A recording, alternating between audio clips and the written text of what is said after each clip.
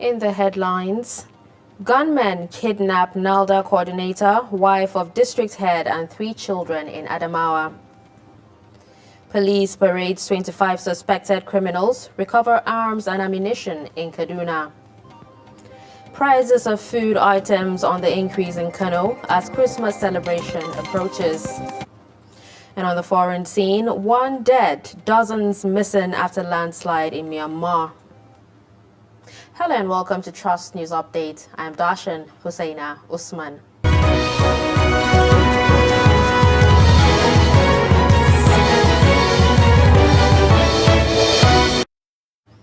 And now the news in detail.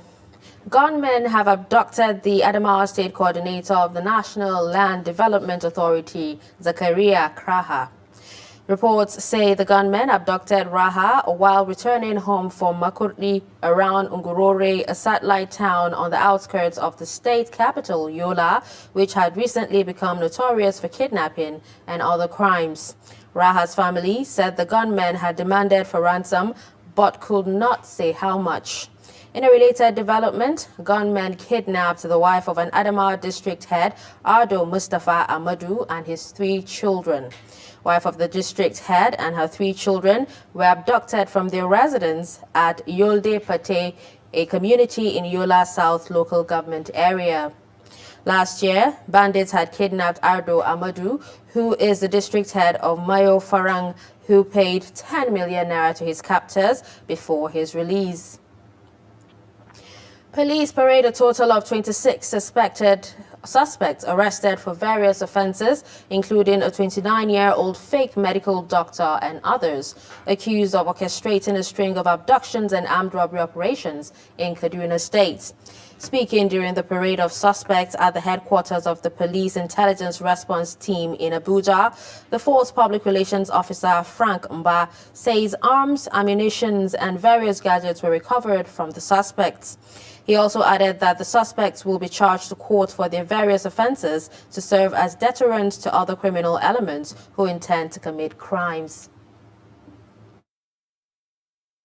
Were recovered from these suspects, including 1 AK-49 rifle and 3 AK-47 rifles, 7 AK-47 magazines, and a total of 157 rounds of live ammunition. Also recovered from these suspects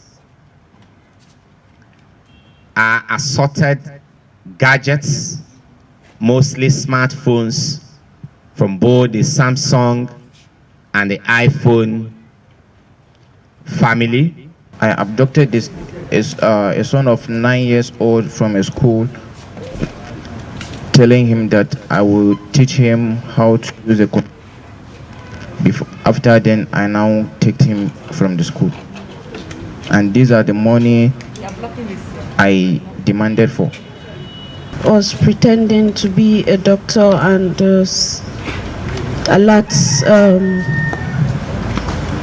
I go to like a shop and pretend I want to get something and just make a alert to them and go. Why they give me, some give me the product and some don't if they have not seen. I was arrested for snapping and sending of bullets and magazine. I threatened a certain man with them. A soldier friend of mine had given them to keep for him that when he's going back to his base, he will come and pick them up. So he left for his base without picking them up. So that is how they were in my custody. Of Games Village Estate in Abuja are still in shock over the murder of a 37-year-old radiologist, Dr. Obialo Ibe, working with Zenith Medical Lab and Kidney Center, and his friend and housemate, Ezekiel Edoja, who were reportedly murdered at his residence. Trust TV's Nafisa Abdul Al visits the estate and reports that fear has gripped residents who want justice for the departed soul of the medical practitioner. A resident at the Games Village estate who insisted on anonymity said although information passed on has been quite limited due to the nature of the incident, Investigation has been handed over to the estate security and police. The reality is the way people heard, we too we heard. I just came out like the next day and one of the neighbors was telling me, but did I hear that someone was killed? You understand? A doctor, that's the only thing I know. They said something that a doctor who was supposed to travel to go and see his fiancée, to go and join his fiancée. But the only thing the estate has been able to tell us, or the only report we got, which is why I was looking at the news, I know they said the body was deposited at Federal Medical Center and that he was supposed to join his fiancée. He was with a cousin or somebody in the house and they were both murdered. There was no sign of forced entry. It looked like whoever came to whether butcher them had like eaten and drank with them.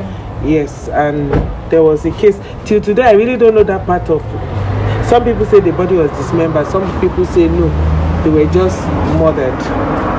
And but when did this incident happen? I can't remember the day. Okay, they are saying this happened. It was even. It looks like it was even in the morning.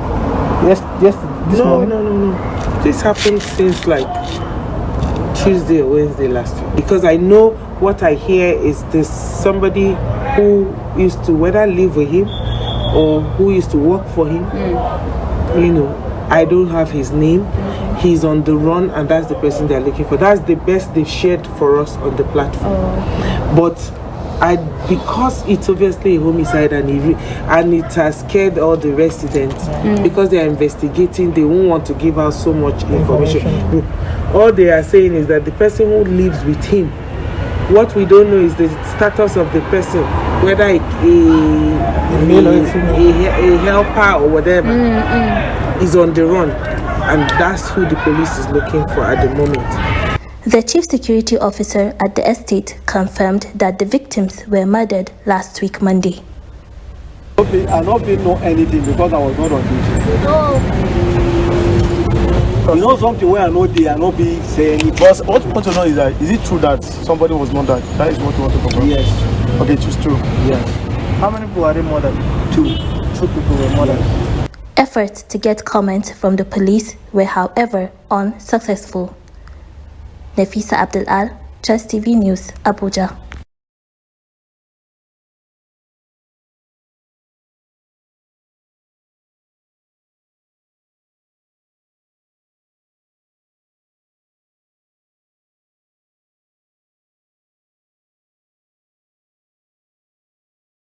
Underage and those with minor offences.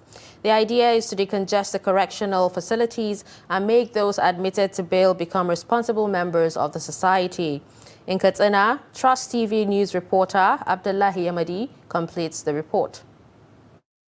Shortly before the commencement of the exercise, the Katsina State Chief Judge Justice Musa Dalladi Abubakar stressed the need for all stakeholders to brace up for the challenges, especially those bordering on welfare, health and rehabilitation of inmates at the correctional facilities of the state. We are aware that I issued directives on remand and sentencing. We have not been putting them into practice, but by January, inshallah, we will have a workshop of all stakeholders so that we get the nitty and gritty of the directions, as well as the provisions of the correctional service that has been reformed. Adjourning the exercise until the 27th of December 2021, the Katsina State Chief Judge commended the personnel manning the facility for the professionalism and adequate management of the correctional center. He charged the personnel to be extra vigilant and observe any strange movement that may lead to jailbreak, which has never happened in Katsina State. In the meantime, we have to take into consideration the fact that correctional service has been going through a lot of challenges, particularly jailbreaks, that efforts are being taken to contain them. We thank God that we didn't record any in Katsina, except near jailbreak when the controller at one time reported to me the tension that has been generating in the prison. The Katsina State Commissioner of Justice, Barrister Ahmad El Marzouk, commended the police and all other stakeholders and urged them to remain committed to decongesting the custodial facility. What we are after is also to enhance human rights by way of protecting lives and property of the citizens.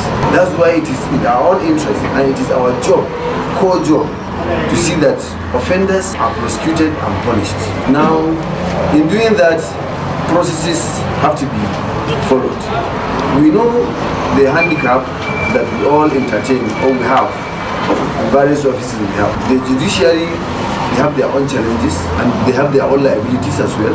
We in government, we have our own challenges. Government means the executive, represent the executive in the justice sector.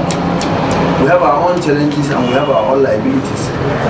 The police also have their own challenges.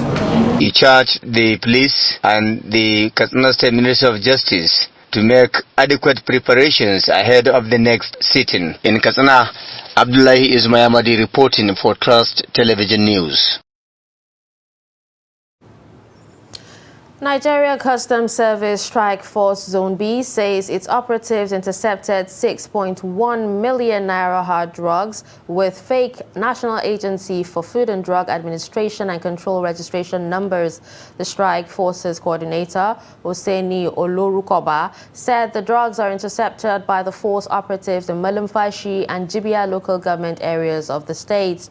Olorukoba gives the breakdown of the seized drugs to include 52 cartons of Ijak powder Manpower, Himfashi capsule, Amipara Plus capsule, Bobara capsule Manpower, Sax Manpower, Goldfly, Gonorrhea capsule, and Ginseng coffee Manpower.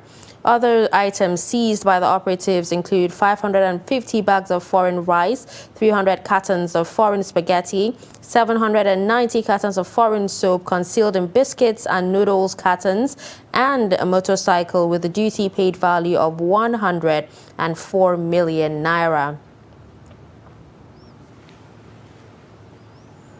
Federal government has declared Monday 27th, Tuesday 28th December 2021 and Monday 3rd January 2022 as public holidays to mark Christmas, Boxing Day and New Year's Day celebrations respectively. The declaration is contained in a statement issued by the Permanent Secretary in the Ministry of Interior, Shaib Belgore, on Wednesday in Abuja on behalf of the Minister of Interior, Ogbeni Rauf Aregbesola. The federal government felicitated with Christians and all Nigerians at home and in the diaspora on this year's Christmas and New Year celebrations and enjoined Christians to practice the doctrine of Christ, which includes but not limited to faith, hope, and love.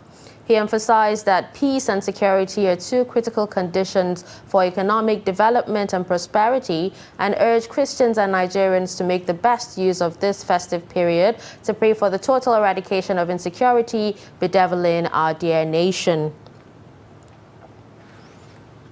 You're still watching Trust News Update. Coming up after the break.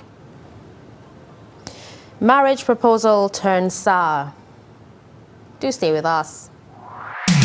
The board and management of Media Trust Limited invites the general public to its annual Daily Trust Dialogue, themed 2023, The Politics, Economy and Insecurity. Date, 20th January 2022. Location, NAF Conference Center and Suites, Abuja. Time, 10 a.m. prompt. Chairman of the occasion, former Head of State, General Abdulsalami Abubakar, GCFR. Guest Speaker, Governor of Kaduna State, Malan Nasir Ahmed El-Rufai.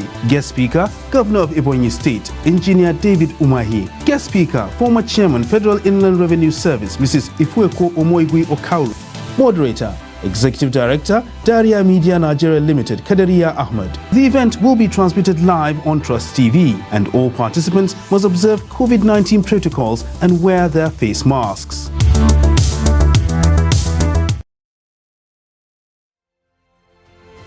Get latest updates on current topical issues and breaking news by downloading the Trust TV mobile app on your Android devices. Go online, click Google Play Store, search Trust TV, install the app, and get doses of unfiltered information on happenings all over the world in your pocket.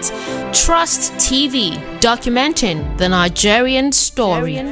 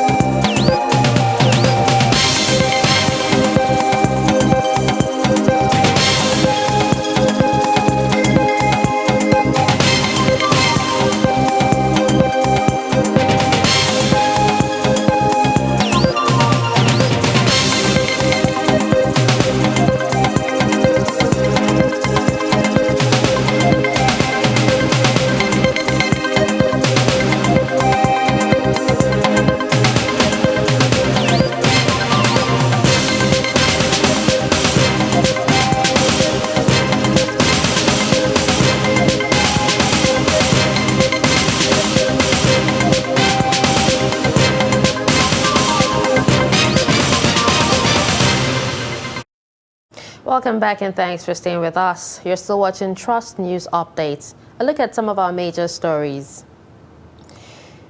You heard that gunmen have abducted the Adamawa State Coordinator of the National Land Development Authority, Zakaria Raha. Plus, police parade a total of 26 suspects arrested for various offenses, including a 29-year-old fake medical doctor and others accused for orchestrating a string of abductions and armed robbery operations in Kaduna State. To more news, Nigeria's Center for Disease Control says 2,123 cases were reported across the country on Tuesday. The agency, in its Tuesday's update, said the figure represents a 55% increase from the figure recorded on Monday, noting that the new cases were logged in 10 states and the Federal Capital Territory. According to the center, 101 persons were discharged after recovering from COVID-19, while 4 persons died of the infection. The country's death toll now stands at 2,989. Total confirmed cases, 227,378, with 211,761 discharged. Meanwhile, the British government say from Wednesday it is reducing the COVID-19 self-isolation period to 7 days from 10 days for people in England who get a negative result on a lateral flow test to 2 days in a row. While in the U.S., Omicron is now the dominant variant of the coronavirus, accounting for 73% of new infections last week. World Health Organization receives commendations for efforts towards supporting the Adamawa State government in healthcare delivery in the state. The Adamawa State Director, Public Health, Dr. Lowry Saline, alongside the chairman, Adamawa State Primary Healthcare Development Agency, made the commendation while receiving commodities from WHO to assist the state in curtailing cholera in the state. The report. As the cases of cholera continue to surge in Adamawa State, though with pragmatic response towards fighting the disease by the state government, World Health Organization has deemed it necessary to support the Adamawa State government with commodities to help in the fight against the deadly disease. While presenting the items to the Adamawa State Ministry of Health, the Adamawa State Coordinator of World Health Organization revealed that the move is geared towards complementing the effort of the state government in addressing cholera situation in the state. We also intend with this intervention to also interrupt the transmission of cholera in the state. The government had been at the center of the coordination of the cholera response. We have an incident management system in place, which is domiciled at the State Public Health TOC. This is just an occasion where we are going to hand over commodities, health commodities and other supplies that are relevant to addressing the cholera situation in the state. The Adamawa State Director of Public Health, Dr. Lowry Saline, who represented the State Commissioner of Health, said, though the state is presently having about 1,700 cases of cholera with 54 mortality, the state government is not relenting in its continued fight towards curtailing the disease. We've intervened in many ways in the response. They have coordinated other partners in the response.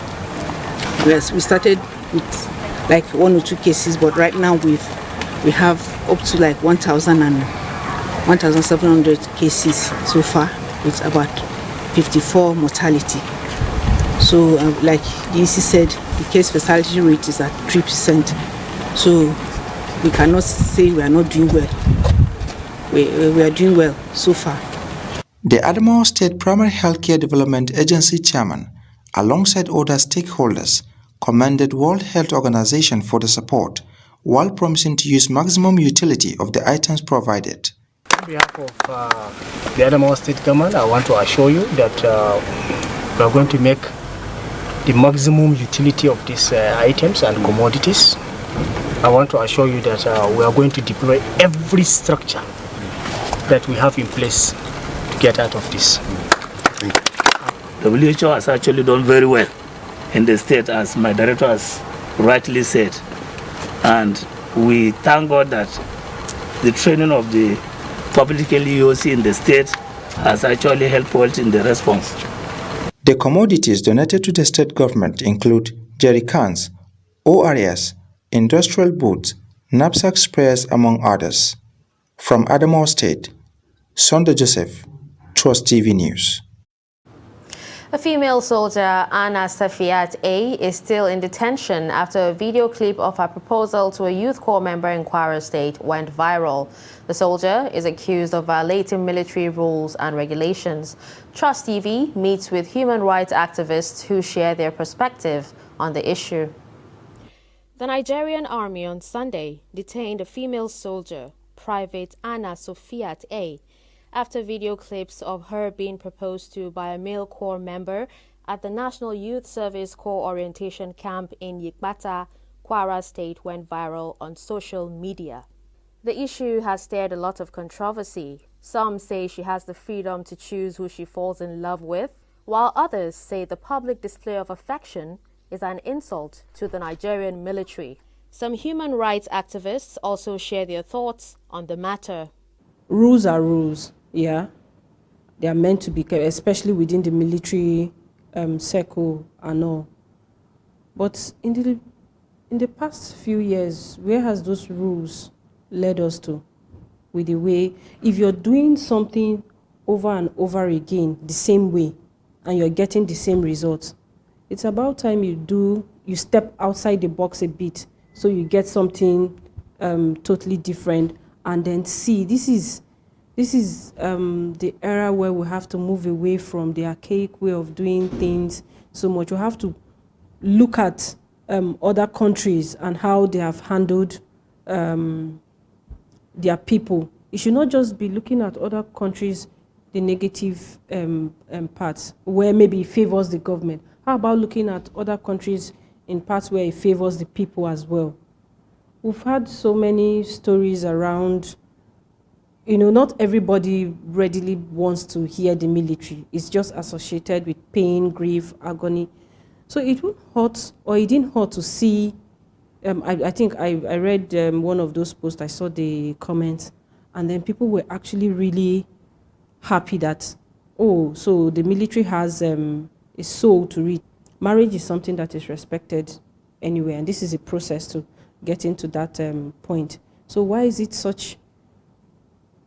It's such a crime that you're detaining these people when we have more serious things to think about. How about we put the same energy into fighting Boko Haram, into fighting the attacks that we have every other day on Abuja-Kaduna Road? I think some mistakes were made, mistakes that emotions got the soldier carried away, sadly, and in uniform, she got swept by emotions and did things that their rules forbid. For instance, that's the Nigerian Army, prestigious Nigerian Army uniform she was wearing. I'm minded by the fact that emotions and sentiments here and there is such that to leave her alone, I'm minded by that fact, and I'm minded that because we are a people mostly ruled by sentiments, this may not be a very popular position, but you see, we have to face facts. Rules are there, put in place, and the standard expected of a civilian is not the same standard expected of a soldier. Before you enlist into the army, the rules and regulations are there and you sign up to it. There is a Latin maxim in law, voluntas non fit injuria. It simply means once you've waived your rights by signing up to the army, for instance, you really can no longer complain about the injury of you not being allowed to express yourself in the way you wish to express. There are several reasons why rules and regulations are put in place in the affair of man, especially also in the military. It is so that a certain standards of discipline and even protection of the personnel is also guaranteed.